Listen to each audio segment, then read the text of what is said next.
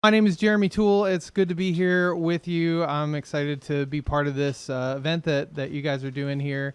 And we already heard some really good information, so that was great to hear from these other couple of guys. And I think they actually set up my talk really well. You guys heard some of like the spiritual part of worship drumming, which was excellent. We've got to talk about that and keep the first thing, right? And then you heard some of the things about what it's like to be part of a worship band. I'm not going to be talking about a lot of that stuff. I'm going to be talking about something different, which is kind of the practical side of how do you find your sound as a worship drummer? How do you get to where you feel like your sound is what you want it to be? Can you guys tell me, first of all, how many people in here are playing in church, playing drums in church? You're a worship drummer of some kind, percussionist. How about a worship leader? Do we have those here? We got a couple of those. And if you're not a worship drummer or a worship leader, or just a drummer in general, you're not? Okay. All right, cool. You're a drummer in general. All right, sounds good. General drummer, I salute you. All right, very good. So we've got some different kinds of peoples here. Personally, I am a worship leader. I'm a multi-instrumentalist. I play multiple things, but drumming is my studied instrument. That's the thing that I love to do. I don't get to play drums as much as I might like to these days, but I do get a few opportunities. I've been playing in church since I was a young teenager. Started out on a set of borrowed drums that my dad was able to grab from a drummer in our church, and I just had a bass drum, a snare drum, a hi-hat, and a cymbal in my room at home, and I was learning how to play on that. And then I got involved in different kinds of churches. I've played in churches, everything from the small church meeting in a YMCA meeting room up to playing in a multiple site, main campus type situation like what Rick was talking about earlier. Currently, I'm an associate pastor with Joy Mennonite Church in Mount Joy, and I lead the program there. I also work with Remix Worship, which is a band that travels around and does youth events and outdoor events and festivals, and I get to play different things for them. So just recently had a drumming event with them down in Maryland. Have another one coming up here at the end of the month in York, which is going to be a lot of fun. So there's a lot of cool things going on out there. If you're a drummer who loves God, you have a lot of opportunities to exercise that gift and to use it for God's glory. So let's talk a little bit about drumming sounds. I told you my first drum set was a borrowed drum set. It was a cobbled together mishmash of things that didn't sound any particular way because it was what I had available to use. I think some churches have that kind of borrowed drum set that's a mishmash of things that's whatever's available to use, right? And then I would always sit in my room and I would look through these mail order catalogs and I would dream about what these amazing shiny new drums would be like, right? I looked at this, I remember being in my room looking at this mail order catalog from my local drum store. I didn't grow up around here, and I was looking at this catalog and I was totally enamored with these flashy red Ludwigs that were in this book. I was like, man, if I could just have those candy apple red shiny Ludwigs and these brilliant finish, blind you in the mirror kind of cymbals. I would, Sabian AA and AAX cymbals that just were brilliant finish and they looked amazing. And I was like, that would be it. I would just sound great. These would sound awesome all the time. Many years later, I know that, yeah, those sound good, but that's not all the sounds that are out there, right? Just because they look good doesn't mean they always sound good for what you want them to do. And I think one of the things that I take away from listening to Rick and was it Coenraad? Is it Coenraad? Listening to these guys talk is that there's no one way to do worship music, right? There's no one way to sound. There's no one way to put a program together or a band together, because one guy will say, you must have a click track. One guy will say, you cannot have a click track. I will not do it. You got one guy who says, you must have a drum shield. One guy who says, I will not do a drum shield. And you got, these varying opinions. And some churches are one way, some churches are another. But guess what? They're all worshiping, right? They're all working together. They're all creating music that worships God. So there's no one way to do it. Don't let anyone tell you there's only one way to do it, and there's only one sound to do it with. Because I think sometimes we get in that mindset for whatever reason in church. We get in that mindset, there's only one way. It's got to sound this one way, this one particular way. Which is why, and I'm not going to skip ahead to that, but that's why I have a variety of things in front of me here. I have 3 snare drums and 3 20-inch cymbals because I want to demonstrate some of that to you a little bit later. So let me get a little bit of feedback from you. We drummers, we like shiny things. We like to see innovative products. We like to get the latest stuff. We like to see what our favorite players are using. We like to sometimes look at what the big churches are using. If you play in church, first of all, I'd like to know, how many play in church? 1, 2, 3, 4, 5, 6. We got about 6 people playing in church. So out of you guys who play in church, how many of you play a drum set that is not yours? It's owned by the church or someone else. So you got all of you. Okay, so is anybody using their own drums, carting them back and forth to church week to week? Sticks, just sticks. Okay. Well, that's good. At least you can use your own sticks, right? Okay, cool. What is one thing that you would, either one word you would use to describe the drums at your church, or one thing you would want to change about the drums at your church? Snare. The snare drum. Why? The low. It's got the low tuning that he was talking about earlier? Like the high, tight. Okay, you're getting a high five here, I think. Yeah. Kindred spirits. All right. So you would change the snare drum because you don't like the low tuning of the snare drum, right? Going off of what he said, too. Same thing. Yeah. All right. Who else has something? Yeah. Yeah. At the beginning of the year, they put up shields around the kit. I absolutely hate it. Okay, so you've got a drum shield that you don't like. All right. Anybody else? One thing you would change? Make them acoustic. You're using electronic drums. Okay. I'm with you, brother. I hear you. I hate playing electronic drums, even though they've made them better than ever, right? I don't know how nice yours are, but I've played on the nicest ones. They're still electronic, so I get it. Yep, I understand. We all have, I think, these things that we would love to see change. And when we are in a church drumming situation, we have 2 choices in order to change it. Well, first of all, we have to have other people on board with it, right? Because it's not just about us, especially when we're not the ones who own the drums.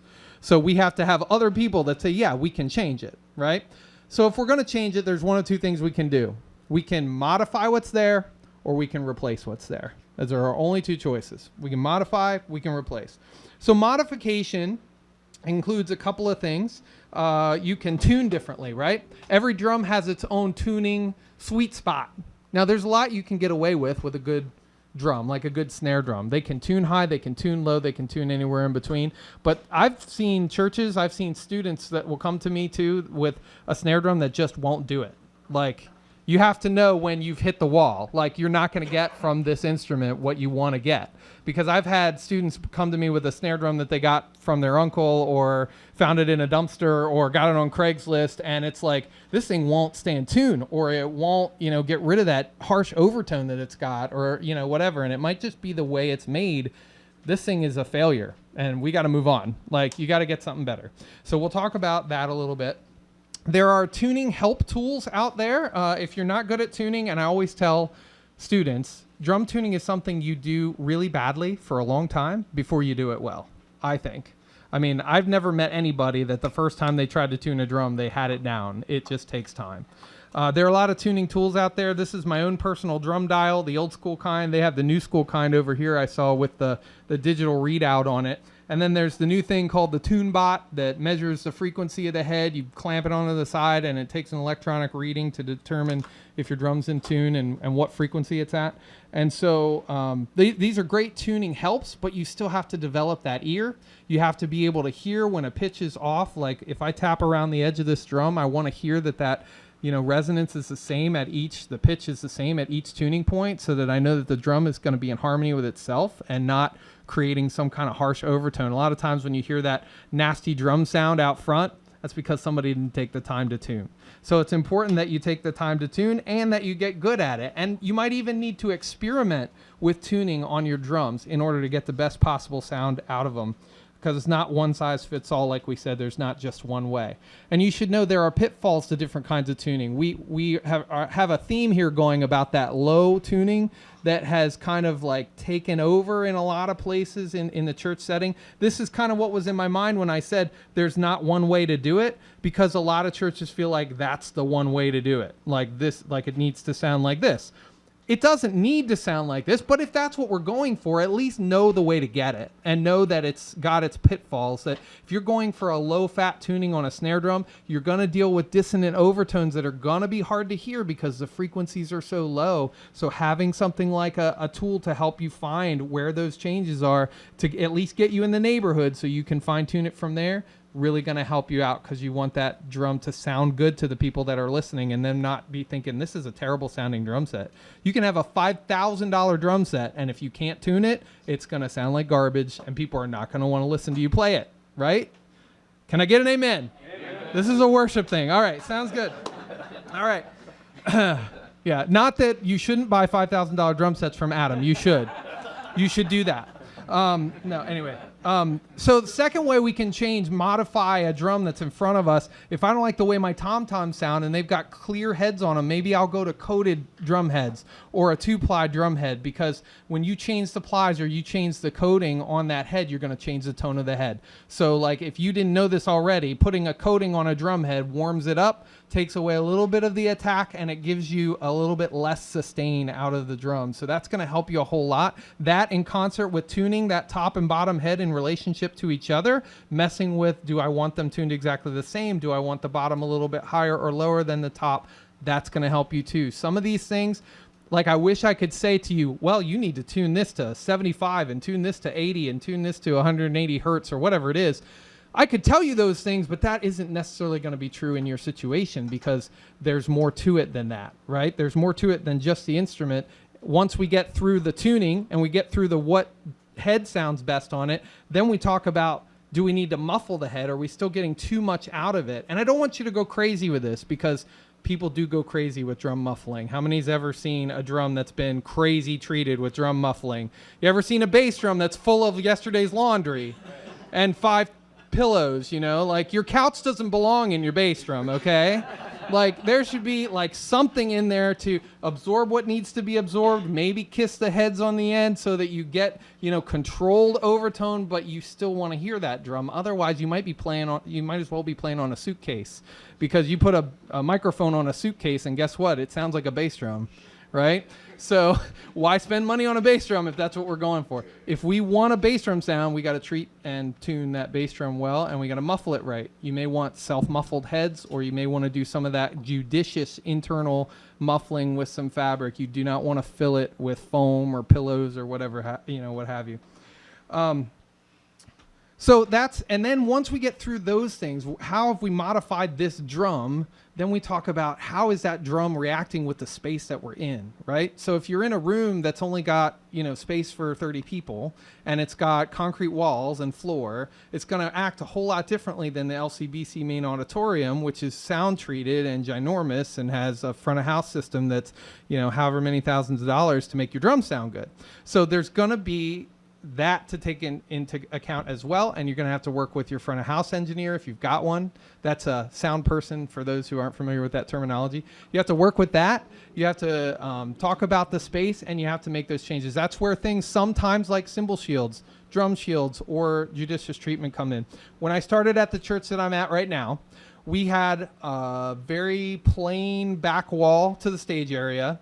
We had the drums off to one side, and we had a drum shield that was basically functioning to separate the drummer from the rest of the band, because the rest of the band was getting too much from the drums, and so they were having a hard time hearing. So, but the problem was, if you sat on the left side of the room, guess what?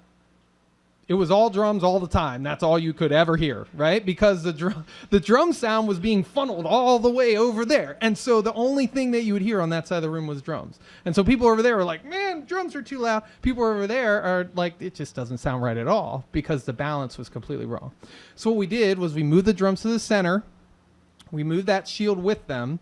We treated the inside bottom of the shield to soak up the bass side of the tone that was creating mud in the front of house.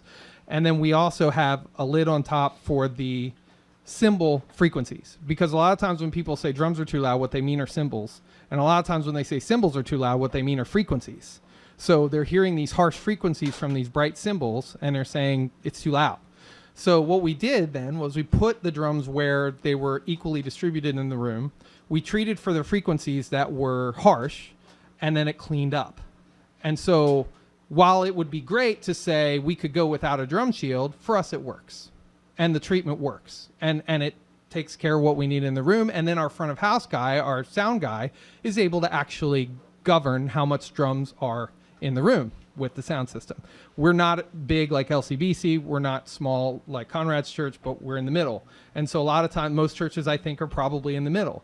And so they have to look at the room. You have to look at the room. Treat your instrument right, tune it right, muffle it if you need to, look at the room. You end up with a usable sound, right? If you're on board, say I get it. I get it. Okay, cool. So then, let's say you've come to this church. I went to a church about 2 months ago with Remix Worship, and I was the drummer that night. And when I showed up, they said beforehand, they said, you can use the drums that are here. We got a set in our main sanctuary. You can play it. I was like, great, no problem. Well, you know, as a drummer, if you've gone and you've played around other places, you at least bring a few of your own things, right? You bring some cymbals along. You might bring a snare drum along, kick pedal, whatever. I show up, I've got my cymbals, got my snare drum, happy to use them. But this drum set that I encounter is like on its last legs. It's like, this thing is 30 years old, and believe me, I have no problem with vintage drums. I love vintage drums. But when a drum has been beat to the point where it's cried uncle 25 years ago out of its 30-year life, it's bad. It's bad news. Because these drums were literally falling off of their mounts. Like, they were so loose, like you couldn't tighten them down. Like, the drum is spinning this way on a arm that goes like this. The drum is going like... And there's no cymbal felts or wing nuts or anything. It's metal to metal everywhere. And the floor tom doesn't match. And I learned that the reason the floor tom didn't match was because the old floor tom didn't work anymore. They couldn't tighten it anymore, so they bought a new floor tom. It was like a white floor tom in the middle of all these red drums. And I'm like, why didn't you just buy new drums? Like, did you not notice the rest of them? Like, it was weird. So anyway, I moved stuff around. They were gracious. They said, yeah, you can move anything you want. You can tune anything you want. I was like, great. Okay, so I'm going to make this work. So I moved stuff around the best as I could. Took this drum over here because it would stay where I put it instead of spinning. And I put cymbal felts on from stands I had brought, you know, like, because they had like a little rack thing. And so I put it together enough to play. And luckily, the ride cymbal I had brought with me that night was what I call my ugly duckling ride cymbal. It's got... I might have bought it. I think I might have bought it here. It has a big keyhole in the middle hole. You know, like somebody'd been playing it against the stand too hard for a lot of years, so it's got a big keyhole. It's got extra holes drilled in the side of it for people to add rivets in it. It's got big edge dings in it, like it's been dropped in the parking lot. Like it's ugly, but it sounds great. I think I paid $80 for this cymbal, and it sounds awesome.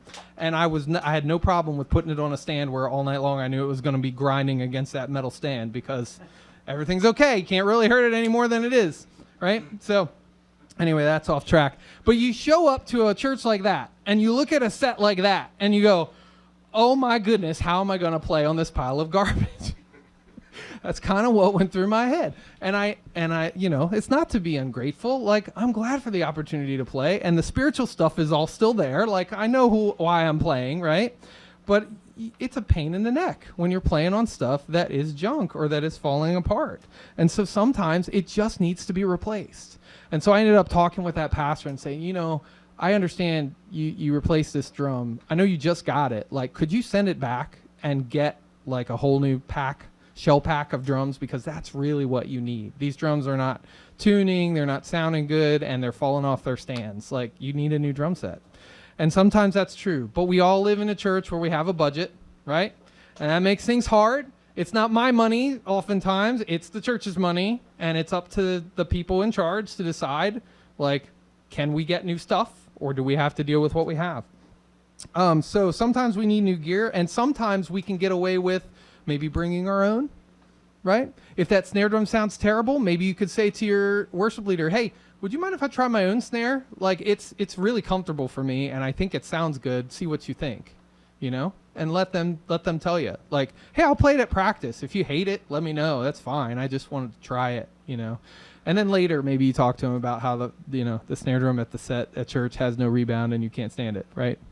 So, I get it. Like, I get those things because I'm the same way. Rick talked about, throwing a hissy fit. Like, I've done that. I've been there when it's like, oh, I can't stand this snare drum. Like, it's awful. And I just want to say to the person in charge, like, this is awful, but I want to be kind and I want to be respectful. And I don't want to say, like, your stuff is junk. I want to say, like, okay? So we all have to deal with that situation. But knowing that there are so many different kinds of churches and different sizes of churches and different rooms that churches meet in, it's worth knowing, like, what do I get out of these different instruments? How do I create something that sounds good for where I am, the context I'm in, that the worship leader will be okay with? And sometimes it's an experiment process. So what I've done is I've actually brought 3 cymbals and 3 snare drums here. The snare drums are almost the same size. I've got a 5x14, 5.5x14, 6.5x14. They're all 3 different shell materials. And then over here I have 3 different cymbals that are all 20-inch. They're just made differently from each other, okay? So this one over here on my far left, your far right, is a Zildjian. It's an old Zildjian, like a 1960s Avidus Zildjian, and it's 20 inches, and it's about a medium weight. Over here is a more modern K, Jazz Ride, so this is a little bit lighter weight, and a K cymbal is typically a little warmer cymbal, right, than an A cymbal. And then up here at the top, you have an Istanbul Mehmet cymbal. This is an unlathed finish. If you can see that, it's got these hammer marks all over it. And these have become very common because a lot of people like darker cymbal sounds, especially in worship. So this cymbal's really, really thin. It's thinner than the other 2, and it's also unlathed and it's unfinished, so it has this really dark sound to it. So when I talked earlier about how frequencies are different between different cymbals, some people say cymbals are too loud or they're too harsh. Sometimes you'll just hear different frequencies depending on the cymbals. I walked into the church that I'm at now, and I found small cymbal sizes that were brighter metal, and so they sounded really bright out front, and they sounded kind of harsh if you were paying attention to them. So we went to larger cymbals that were darker. For us, a medium-sized church, things in this K range make sense for us because they sound pretty warm. They have a decent tone to them, but they're not super trashy or dark like these, and they're not super bright like those A's are. Those Zildjian A's, though, if you're on a budget and you need good professional cymbals because the cymbals at your church are junk, that's a good way to go. If you can find some old, thin, vintage Zildjian A's, there's some over here on the rack right in the room at the moment that people locally have for sale on consignment. And they're a great way to upgrade your cymbal sound without spending $1 million on brand new Istanbul or whatever the people are saying you have to play in today's worship music. So I wanted to, maybe I'll leave that to the end because I'm running out of time here. But my suggestions for you as worship drummers or drummers is to know your environment and to know that you have options for what you can create in your drum sounds. So knowing that I'm pretty much out of time, I want to give everybody an opportunity. I'm going to leave these sticks up here so that you can play the different drums and the different cymbals before you leave, and you can hear some of the differences. And of course you can try out everything that Adam has here at the shop too, but I wanted you to have, so what I have here is I have an aluminum shell Ludwig. This is an older Ludwig drum, and they actually have here at the shop, there's a black Ludwig down at the bottom row there, just at head level where you guys are sitting. The black Ludwig with the black and white tag, that's called an acrylite snare drum. That's what I would recommend to anybody who's on a budget, who needs a good quality, professional sounding snare drum that won't break the bank. You can get one of those used here or online for $200 just about any day of the week or less if you're lucky. It's a great sounding snare drum. That's what they used to give all the kids in the school classes to play on when you take lessons at school. And that's a great drum that won't break the bank, and it's really configurable too. Like, it'll take higher or low tunings. It also usually has an internal muffler like this one does here, a little dial on the side that kisses the top head with felt and takes out some of the extra overtones. This one here is a bronze pearl sensitone, and they're still making that kind of drum. It's more expensive, but bronze is a good darker metal sound. And then here, this happens to be a solid shell drum from a builder that I know. This is solid sassafras. This is a 6.5 by 14, and he makes different wood shell species. But this would be a high-end drum. Doesn't necessarily cost as much as you can spend. You can spend your whole mortgage on drums, but this will at least be a really good high-end drum. And what you'll notice here is that this is tuned pretty low. I've got one moon gel on it. Again, back to our muffling discussion, right? You use different judicious muffling techniques. Like I've got one moon gel product here. Hard to see because it's clear, but these little guys are great for just taking out a little bit of overtone. If you need more, go to one of these guys, like a studio ring. It just lays right on top, and that's what a lot of people are using. There's also the BFSD, the snare drum product. That's a really big version of this that sits on top of the head, and that's what a lot of churches are using for their low-fat snare drum sound. And I'm sure all this stuff is available here at Drums Etc. But believe it or not, I don't work here. I just want to support my local drum shop. I don't work here. I get nothing for selling this stuff for Adam. But I hope you guys will what's that? You want a job? Yeah, man. I used to be in music retail for many years, so I know what it's like, and it's a hard business at times, but it's a great thing. And when you have a local drum shop, support your local drum shop. So I'm really glad you guys are here. And also, one of my drummers from church, Christy, is one of the teachers here, and you can sign up with her or Rick or whoever they've got on staff here if you need lessons. But yeah, so this solid shell drum is tuned pretty low right now. Right? Oh, I scared you. Yeah. That was.